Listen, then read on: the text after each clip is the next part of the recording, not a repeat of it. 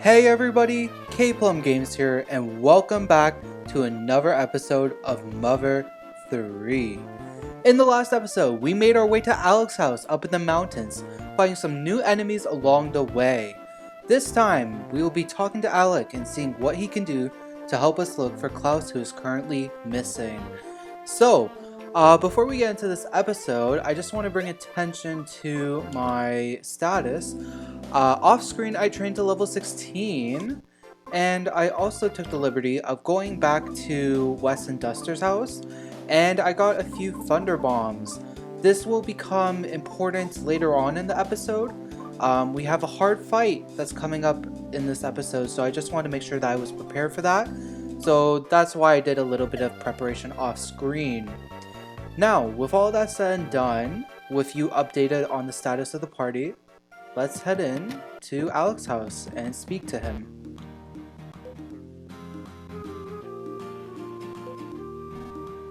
Oh, you made it. Traveling through the forest has become quite dangerous indeed. What were those extremely bizarre flying mouse things with bug wings? It seems one bit me right on the head too. I've healed up perfectly though. No. None of that matters. I know where Klaus might have gone. According to my froggy intelligence, he's at my friend's house. Let's head there right now. Alrighty, Alec joined the party. So Alec is not a playable character, but he will be joining us for the duration of this episode. Flint, when I say froggy intelligence just now, you thought what, didn't you? It's a little bit odd, not gonna lie. Frogs work for my friend as messengers. My friend is able to walk with frogs, lizards, and what have you. See that lizard there, for instance? We just need to go in the direction it tells us. Alright, let's go talk to this lizard then. Flint! You have doubts about this friend of mine, don't you? My friend, no, friends, are known as Magypsies. They've lived isolated away from civilization for a very, very long time. Alright, I'll take your word for it. I am a lizard. I will show you which direction you need to go. Round and round we go. Where I stop soon you will know. Haha. You're starting to sound like Gruntilda from Banjo-Kazooie with those rhymes, my friend. Let's head straight down. And talk to this one. I am a lizard. I will show you which direction you need to go. Round and round we go. Where I stop soon you will know.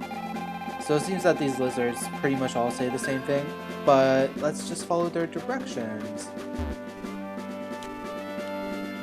This one tells us to go where?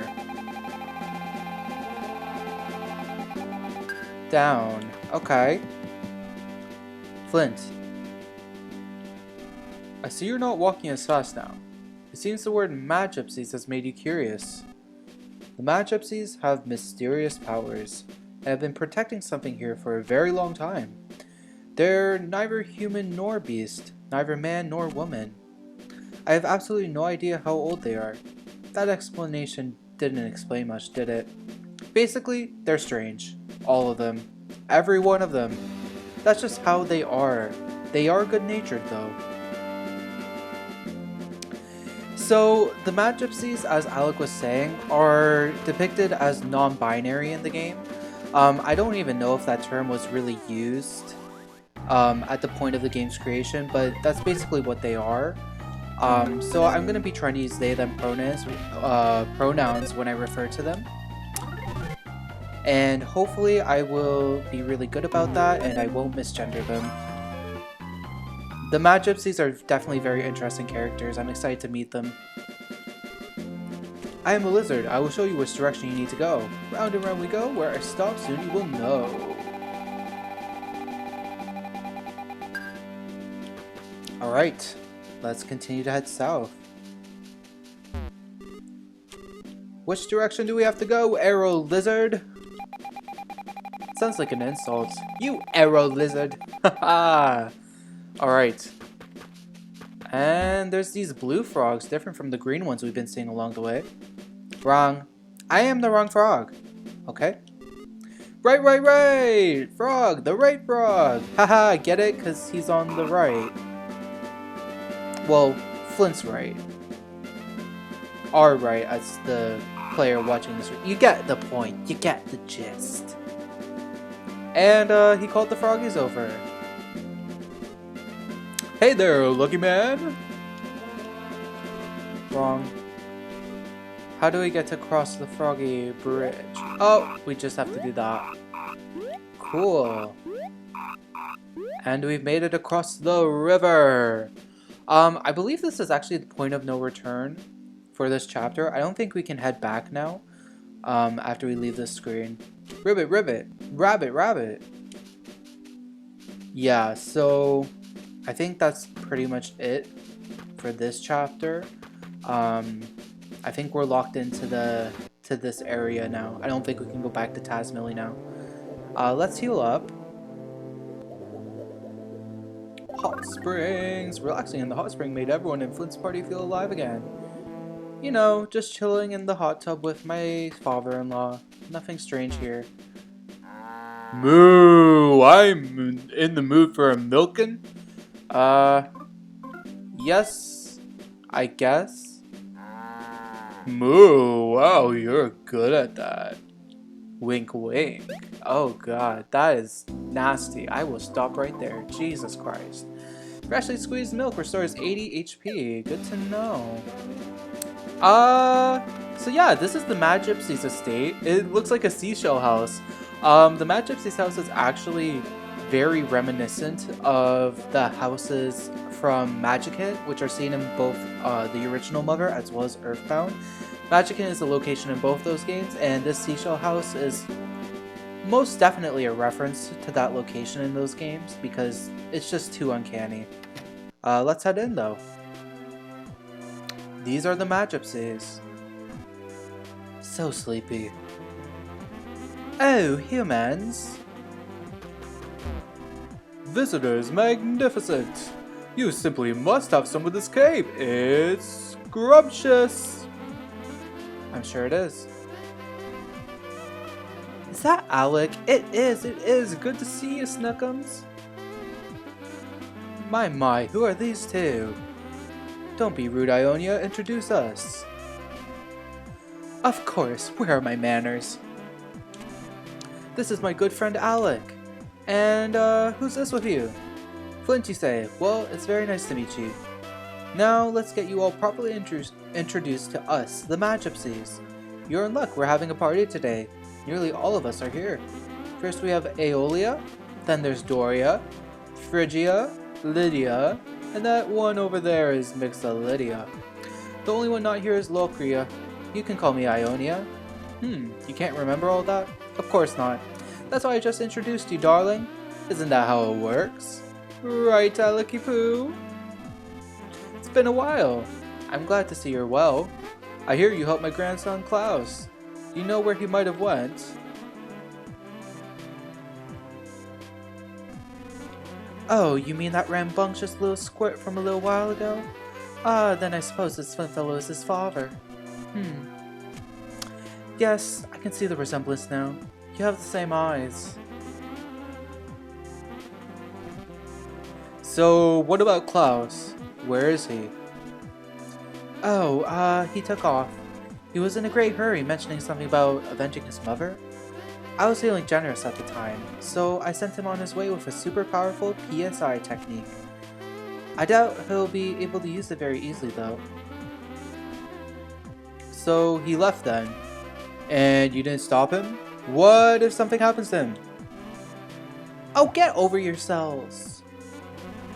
We couldn't care less about you humans here. 1 minute and gone the next. You poor things barely live 100 years and that's a blink of an eye to us Magypsies. Why would anyone bother to care about such short lives? No, Mixolydia, Phrygia. Humans worry about such short lives, isn't that right, Alecky Poo? I understand how you feel, I really do.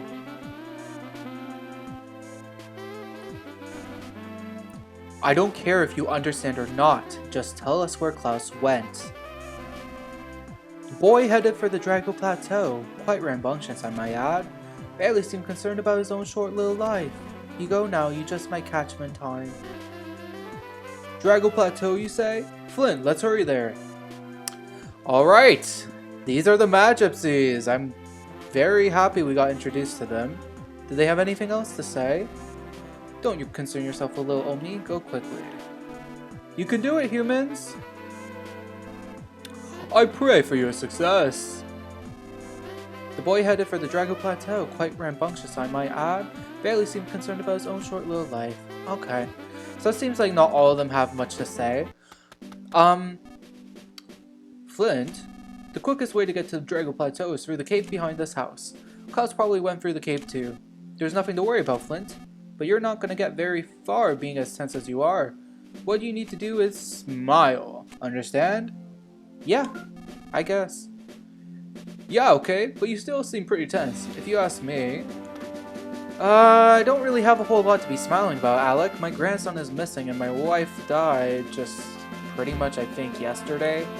Yeah, it's not a good day in the life of Flint at the moment, but you know, keeping a positive spin on things is what you do best, Alec. Flint, it's pitch dark in here, but never fear. I've been through here many a time, just leave it to me. But more importantly, that super serious look on your face will only bring us trouble. You gotta relax, understand? I do understand, my friend. Keep going west at this fork in the road. So Alec is going to guide us through this cave on where to go. We go north here. And while we're headed through the cave, I just want to mention real quick the naming scheme of the Magypsies. So they have a specific naming scheme that's actually a musical reference. And everyone knows about like the major and minor keys. But the Magypsies actually have like different modes of music as their name inspiration. So there's like Dorian keys, there's the Mixolydian keys, there's the Aeolian keys, you know, all references to their names. And I don't know, that was just a interesting little reference for how they were named. It's a musical reference to not the major and minor keys, which everyone knows, but the keys of different modes of music, which aren't so well known. Anyways, Alec is telling us to stop for a second. There should be a hole around here. Find it and then jump right down it. Alright, let's go. Let's go down the hole! Flint, follow the southeast passage. We dumped down the hole. Beef jerky, but we can't carry it.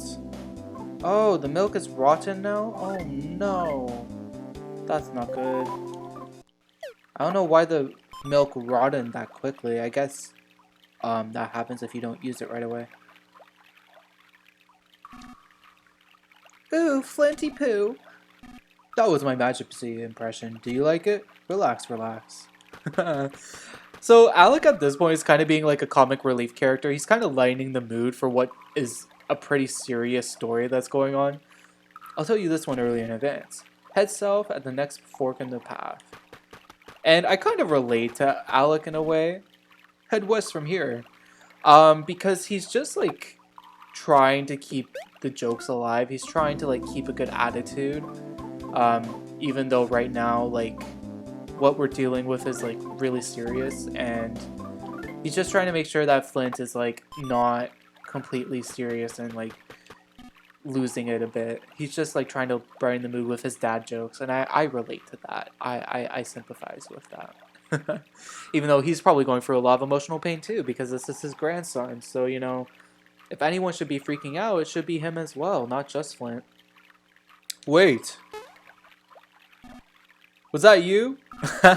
Just kidding, it was me. Oh, you farted and blamed it on Flint. That's hilarious. We have more mischievous moles in here. They're really not a big deal. Alec in battle, I should explain how he works in battle. So most of the time, Alec just complains in battle about like his back pain and whatever. But on occasion, he will heal Flint, or he will attack enemies. But he doesn't do a whole lot of damage, and he's not even guaranteed to attack because sometimes he's just complaining, and that's like his turn. Alright, back from that battle with the mole. Hold on a sec. I've been so forgetful lately. Which way was it again? Was it north? I'm pretty sure there's a vine to the north. We need to vine it and climb up it. Haha, vined it. Flint, you're allowed to laugh at that pun just now. Do you not notice it? I said we have to vined the vine. You know, instead of find. Was that not funny? I found it hilarious, my friend. I don't know what Flint has stuck up his butt, but he did not find that funny. But I found it funny. I chuckled even. A dead end. Sorry, Flint. Looks like we should have gone west at that last fork in the path. And we find a vine. North here. Head north. Flinty pie. Don't be so embarrassed. Another vine here. We're as good as there now that we've made it this far.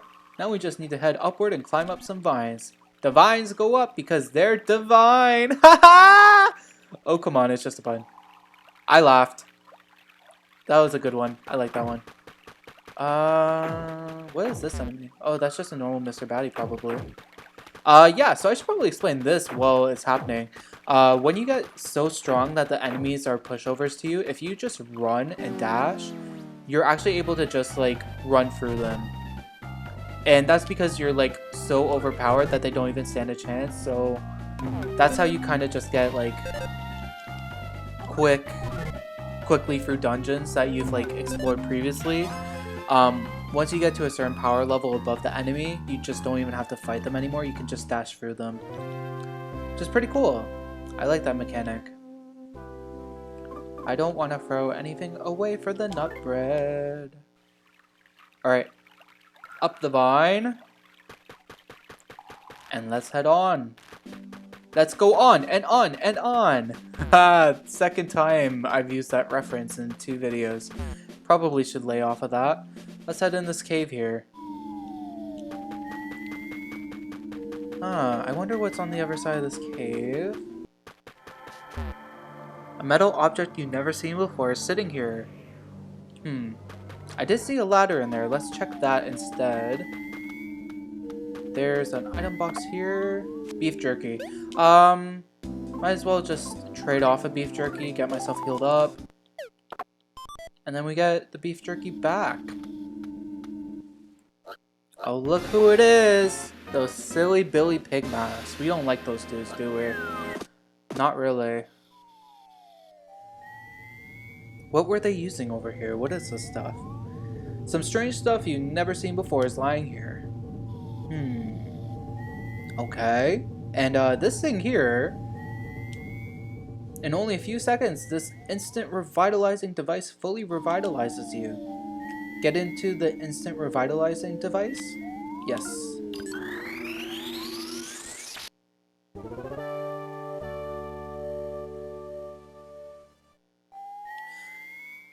You're fully revitalized. Okay. So... yeah, the instant revitalization device here is kind of strange. That's actually an object that's in Earthbound. And the fact that it's here on the Nowhere Islands is kind of strange. I mean, how it got here on Nowhere Islands is kind of beyond me. Just an interesting little reference to Earthbound. It's literally the exact same object that you see throughout Earthbound, the revitalization device. So, I don't know, just something I thought I'd mention. And we have new enemies here. A Titany suddenly attacked. The Titany is actually a reference to Mother 1. This is an enemy that was in Mother 1 but not in Earthbound. Not very many enemies in this game are from Mother 1 exclusively. But this is one of them. And yeah, you can see that Alec there only did 3 damage. Not very good, my friend. But yeah, those guys aren't terribly difficult. They do have some PSI abilities they can use on you, which is not the best thing in the world, but you know. We actually managed to get Green Swirl on this Balding Eagle. Oh man, 2 hits and it's already dead. That was not bad at all. Beef jerky, but we can't carry anymore. Well, I like the items we have, but I am going to use an item right now. Let's use one of our beef jerkies. And then if we get any other items along the way, then I'll just make sure to grab that instead. What item is here? Fresh lumber. Is this a new equipment? Yes. Okay, so it lowers the speed by 1, but it gives way more offense. Definitely a good trade-off. And I'm gonna drop lighter's lumber. We don't need it anymore. So as we're scaling what is the Drago Plateau, I just want to take this opportunity to discuss one last thing regarding Hinawa's death. I kind of like view her death as kind of like a catalyst for the loss of innocence. And I see this theme on like a small scale with like Lucas and Klaus as like her children, but also on like a larger scale for like the community of Tazmily as a whole. And what I mean by that is just like a lot of the dialogue throughout chapter 1 kind of makes you think that Tazmily is just a peaceful place where nothing bad ever happens. And with the forest catching on fire and then with Hinawa dying, like that kind of shatters everything that we've come to know about Tazmily. Like these are tragedies that that are normally experienced throughout real life, and they're now being experienced by the people of Tazmily. So I feel like it kind of represents a loss of that childlike innocence, and I can kind of see some of the citizens throughout the chapter, like before and after the tragedy, like they start to change. They're not as carefree and childlike as they once were. I don't know, it's just an interesting like shift in perspective that I've seen throughout the chapter, and I think that Hinawa's death was kind of a catalyst for all of that. Oh my gosh, more beef jerky. I mean, we might as well heal up. Flint is probably sick of beef jerky by now. But yeah, I mean, like, as we're scaling the mountain, I thought that was just an interesting conversation topic. And of course, like, it's helping Lucas and Klaus sort of like grow up in a way because they're experiencing such like a heavy loss. And like I don't think I worded that correctly. Like obviously it's not helping them because like this death is tragic and they would be better off if it didn't happen at all, but it's kind of like a catalyst for them like growing and developing as characters. Yeah. Anyways, now that we're nearing the summit of Drago Plateau, I'm gonna take an opportunity to save. It's actually been a while since I saved. And let's keep moving onward.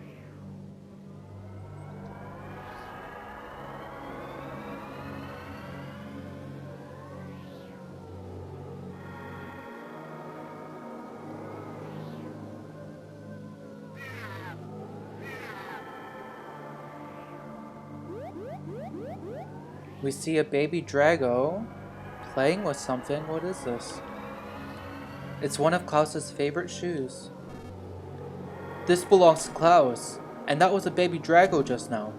Klaus must be around here somewhere. Got a child's shoe.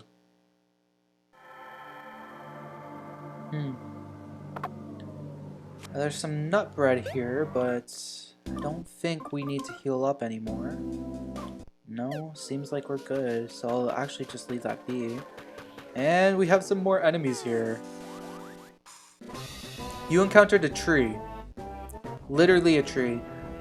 So I should mention that the battle music here is such a troll. It literally slows down on purpose to throw off your combos. Yeah, see like how it slows down there? in order to like mess up your combos, because normally this is an easy song, but I think that's just a variation of one of the older songs.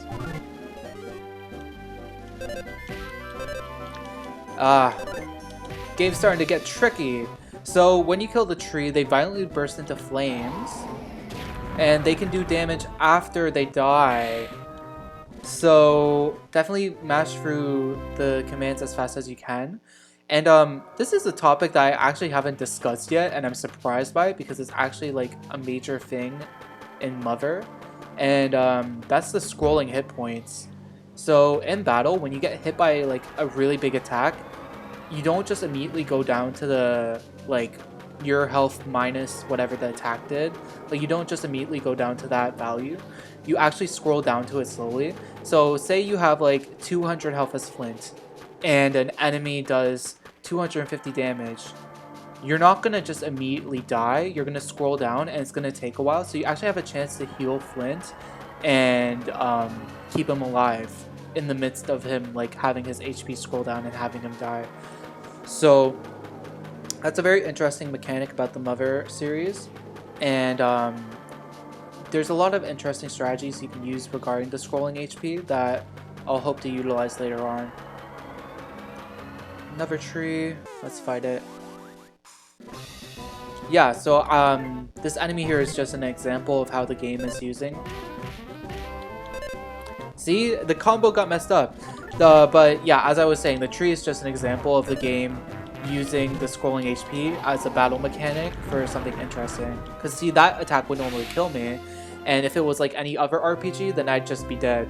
There wouldn't be scrolling HP to save my butt.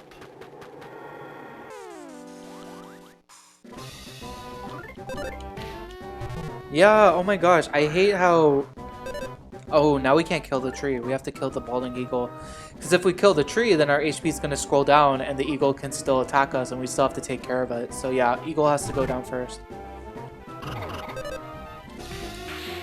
Alright, well that was easy though. So I'm not even complaining.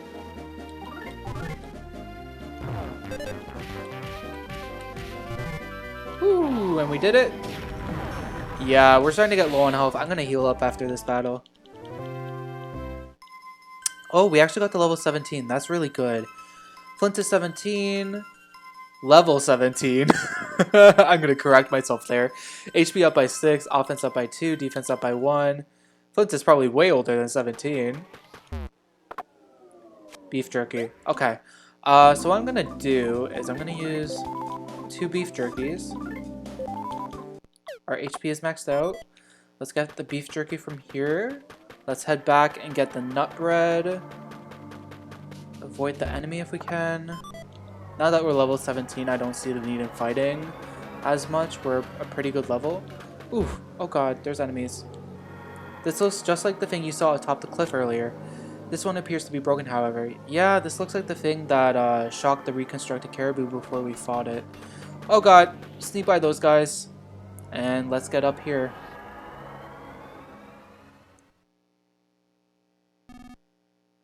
It's Klaus's other shoe.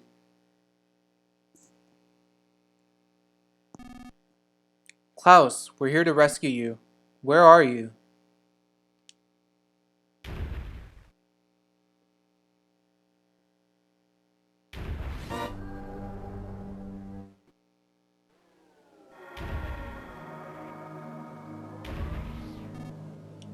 What is that? That's not a Drago anymore. I have a bad feeling about this.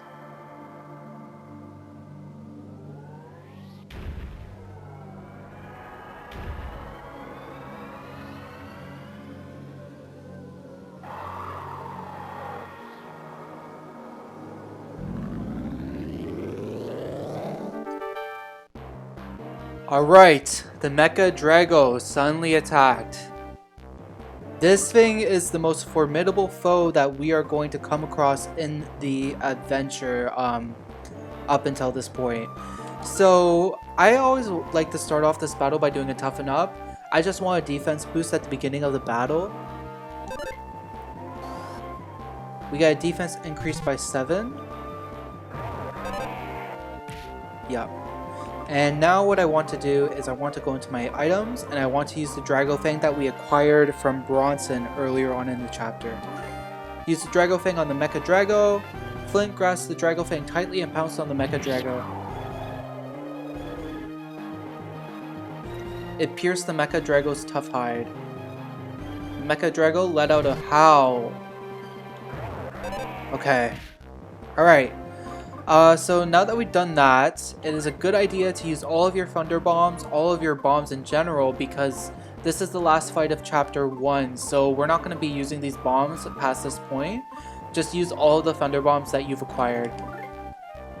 The Mecha-Drago will take a lot of damage from them. It is definitely a good idea to use all your items here while you have the chance. So while we're fighting the Mecha-Drago, I just want to take a second to talk about how sad the story of the Drago is.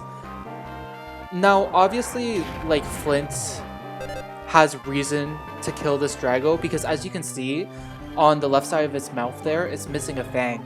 That is the fang that we used to pierce its defenses. That's the fang that killed Hinawa. This is the Drago that tore apart our family. But it didn't do it intentionally. It was mechanized by the pig mask.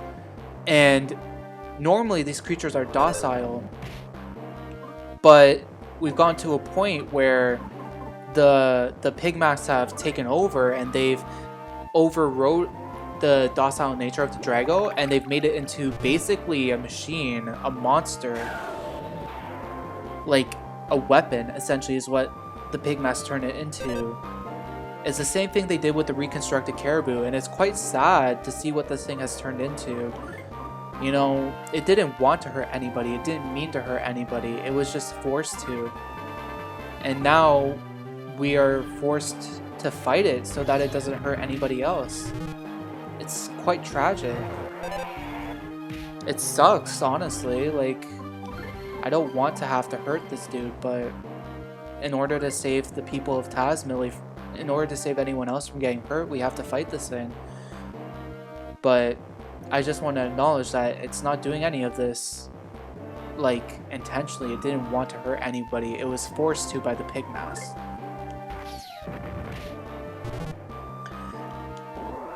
So, we use all our Thunder Bombs, and I think we have one more maybe?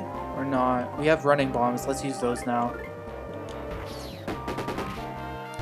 75 damage is not terrible. I'm actually going to heal up again. It's a good idea to keep your health like really good in this fight because the Mecha-Drago has a really powerful attack that it can use. Let's use our last Running Bomb. Mecha-Drago tried one last attack. It's gonna do the same thing that the trees do and combust, but just mash through the dialogue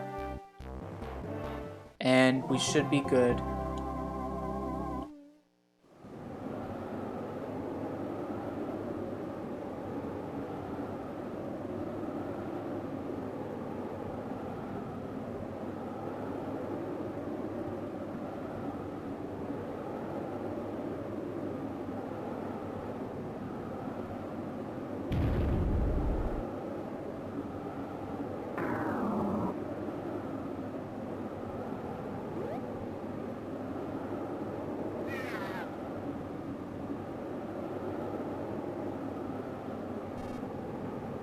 Flint, don't do it.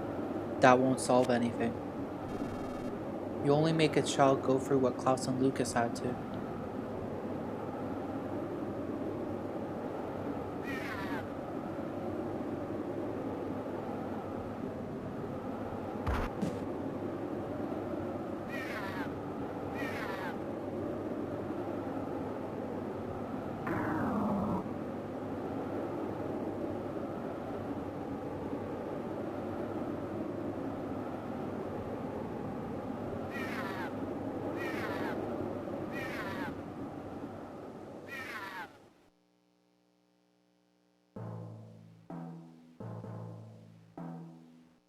It is possible that until now, the people of Tazmily village had never known sadness.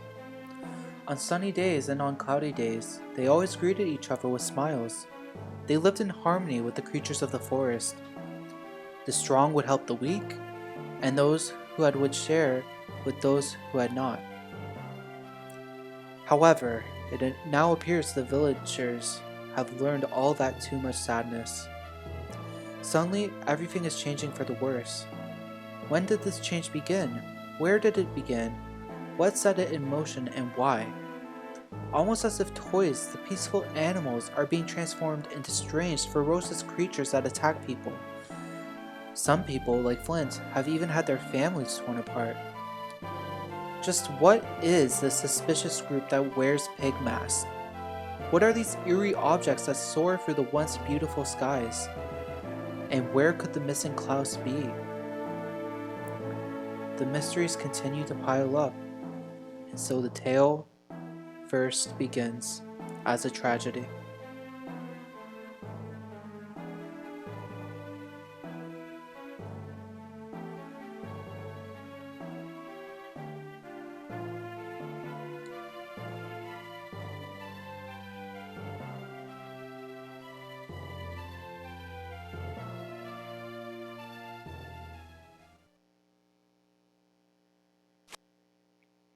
Hello, I'm a frog.